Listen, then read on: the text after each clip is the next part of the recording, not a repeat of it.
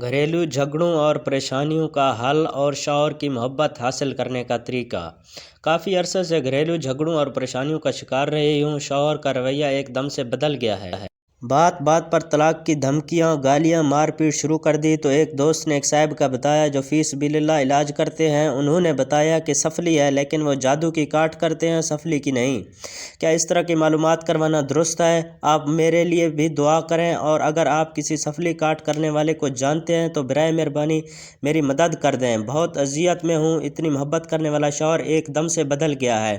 عاملوں، جادوگروں اور سفلی والوں کے چکر میں نہ پڑیں۔ جادو، سفلی وغیرہ کا عمل سب حرام ہے۔ ایسے لوگوں کے پاس جانا اور غیب کی خبریں، جادو وغیرہ کے بارے میں معلوم کرنا بھی جائز نہیں۔ اس کی سخت ممانعت آئی ہے۔ حضرت معاویہ بن حکم فرماتے ہیں کہ رسول صلی اللہ علیہ وسلم سے عرض کیا، یا رسول اللہ، میں ابھی نیا مسلمان ہوا ہوں۔ ہم میں سے بعض لوگ غیب کی خبریں بتانے والے کے پاس جاتے ہیں تو اس پر رسول صلی اللہ علیہ وسلم نے فرمایا، ان کے پاس مت جایا کرو۔ جو کسی کاہن کے پاس گیا اور اس کی باتوں پر یقین کیا تو وہ اس دین سے بری ہے جو اللہ تعالیٰ نے حضرت محمد صلی اللہ علیہ وسلم پر نازل فرمایا۔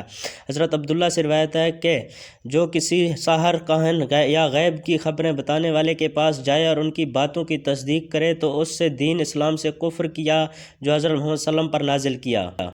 آپ اپنے شوہر سے اچھے اخلاق سے پیش آئیں، اس لیے کہ اچھے اخلاق سے بڑھ کر کوئی چیز نہیں، جس کے ذریعے سخت سے سخت پتھر دل اور ظالم انسان بلکہ خون خوار درندوں تک کا دل جیتا جا سکتا ہے اور انہیں قابو میں کیا جا سکتا ہے۔ اچھے اخلاق انبیاء کرام اور نیک لوگوں کی صفات میں سے ہیں۔ اچھے اخلاق رکھنے سے ایمان میں ترقی پیدا ہوتی ہے اور آخرت میں حضور صلی اللہ علیہ وسلم کی خوشنودی اور ساتھ بھی نصیب ہوتا ہے۔ قرآن مجید میں ہے، اور نیکی اور بدی برابر نہیں ہوتی، ہر ایک کا اثر جدا ہے۔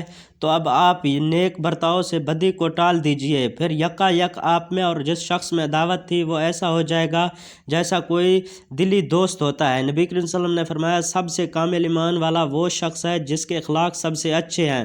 ایک اور حدیث میں آپ صلی اللہ علیہ وسلم نے فرمایا، قیامت کے دن تم میں سے میرا سب سے زیادہ محبوب اور میرے سب سے زیادہ نزدیک وہ شخص ہوگا جس کے اخلاق اچھے ہوں گے۔ جزاک اللہ۔